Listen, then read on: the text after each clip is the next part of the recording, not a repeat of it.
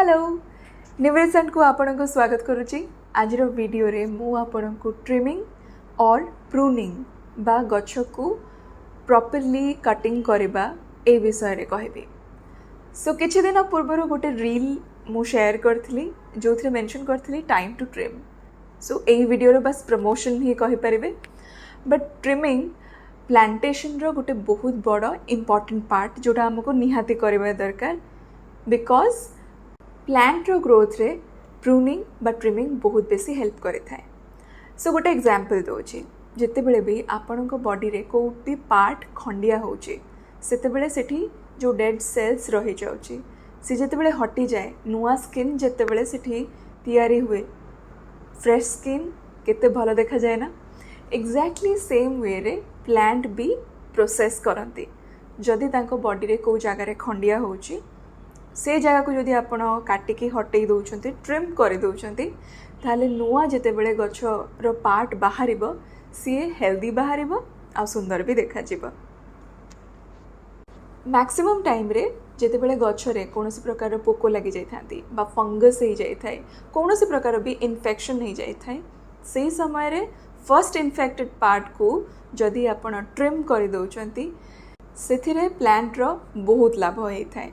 जो part infected थाए सेथिरो अधिक इन्फेक्शन आगो को बढ़ी पारे ना। आउ प्रूनिंग करिले कौन हेल्प हुए ऑलरेडी मु आपन को कहि सालेनी जे प्लांट रो ग्रोथ हेई थाए, नुआ ब्रांचेस आसी थाए बा नुआ पत्र बाहरी थाए।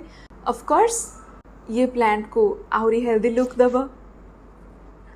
सो जदि आपनकर प्लांट रो ग्रोथ भलो होनी सेही समय रे प्रूनिंग करबा निहाती जरूरी, बट हाँ आपण सीजन देखिकी प्रूनिंग करबा आहुरी बेसी इंपोर्टेंट।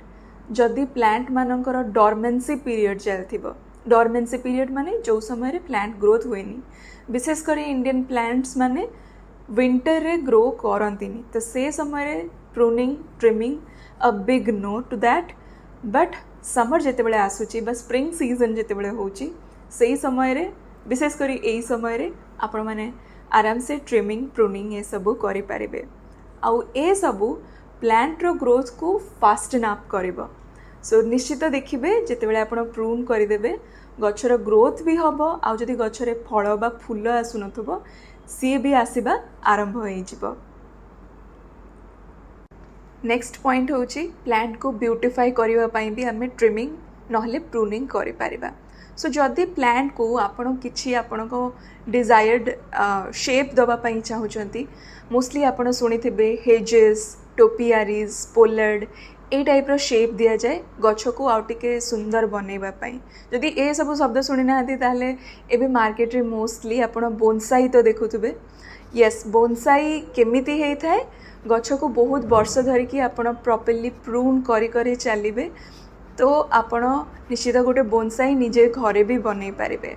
ता छड़ा जदि आपण चाहुचंती प्लांट को गोटे शेप दवा पई जेमति कि आमे ऑफिसेस बाहर नहले डिफरेंट प्लेसेस रे जोटी लैंडस्केपिंग करा जाय थाए सेठी प्लांट को सबू विभिन्न प्रकार चढ़ईर शेप हो बा फूलर शेप हो बा जंतु मानकर शेप हो से सबू दिया जाय थाए। से सबू पई भी प्रूनिंग बहुत जरूरी हे थाए। जदि गछ बहुत बेसी घंच हो जाय थाए से समय रे गछ को प्रून करबा निहाती जरूरी, सो दैट तार जितकी भी ब्रांचेस रही सेठिकी प्रॉपर्ली लाइट आउ एयर जाई परिबो। आउ जो जगह बेसी गहली हो जाय थाए सेठी इन्फेक्शन होबार चांसेस बहुत बेसी थाए। जेमति कि कहली एयर आउ सनलाइट जदि न जाई पारुथबो ताहले से जगह इन्फेक्शन रो गोटे घर हो जाई परिबो। सो प्रूनिंग हेल्प करि थाए गछर प्रत्येक जगह को सनलाइट एंड एयर पाइबा पई। सो डेफिनेटली प्रूनिंग करबा दरकार। आपण भी एही समय रे प्रून करंतु आपण गछ को, देखिबे आपण गछ केते सुंदर ग्रो करिवो। आई होप आज वीडियो आपन को भल लगी थिबो। जदि वीडियो भल लगी छि ताहले हमकु आपनकर कमेंट्स, लाइक्स एंड रिएक्शन जहाँ भी रही निश्चित जनइबे। आउ जदि आपण मानकर किछि सजेशन रही बा को टिप्स आपण चाहुछंती जानिबा पई ताहले कमेंट सेक्शन रे मेंशन करि परिबे। Thank you so much.